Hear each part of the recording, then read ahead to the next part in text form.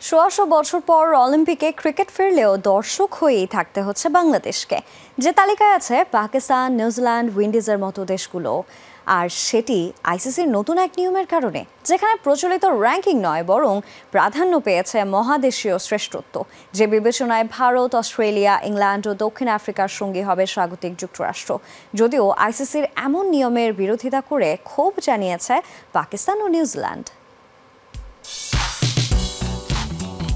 ১২৮ বছর পর অলিম্পিকে ফিরছে ক্রিকেট। ২০২৮ লস অ্যাঞ্জেলেস আসরে নারী ও পুরুষ ইভেন্টে টি-20 ফরম্যাটে হবে লড়াই। তবে প্রত্যাবর্তনের এই আসরে দর্শক হয়ে থাকতে হচ্ছে বাংলাদেশ, পাকিস্তান, নিউজিল্যান্ড ও উইন্ডিজের মতো দেশগুলোকে। আর এই সম্ভাবনা তৈরি হয়েছে আইসিসির দল নির্বাচনের পদ্ধতির কারণে। অলিম্পিকে পুরুষ ইভেন্টের জন্য অংশগ্রহণকারী দল নির্বাচনে ভিন্ন এক পদ্ধতি অবলম্বন করতে যাচ্ছে বিশ্ব ক্রিকেটের নিয়ন্ত্রক সংস্থা, যেখানে প্রচলিত র্যাঙ্কিং নয়, প্রাধান্য পাবে আঞ্চলিক অবস্থান।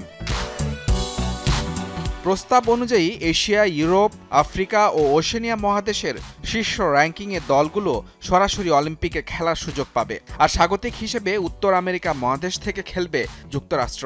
৬ দলের শেষ দলটি নির্বাচনে নেওয়া হয়নি কোনো সিদ্ধান্ত। আইওসির চাওয়া আসরে বৈশ্বিক প্রতিনিধিত্বের। সে হিসেবে এশিয়ার শীর্ষ দল হিসেবে খেলবে ভারত, ওশেনিয়ার সেরা অস্ট্রেলিয়া, ইউরোপ সেরা ইংল্যান্ড ও আফ্রিকা সেরা দক্ষিণ আফ্রিকা।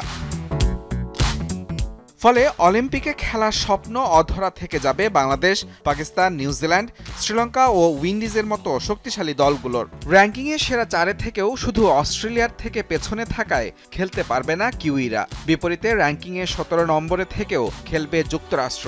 বর্তমান টি-20 র্যাঙ্কিংয়ে বাংলাদেশ 10, পাকিস্তান 8, শ্রীলঙ্কা 7 ও আফগানিস্তানের অবস্থান 9 নম্বরে। আইসিসি ও আইওসির এমন সিদ্ধান্তে অবশ্য ক্ষোভ জানিয়েছে পাকিস্তান ও নিউজিল্যান্ড।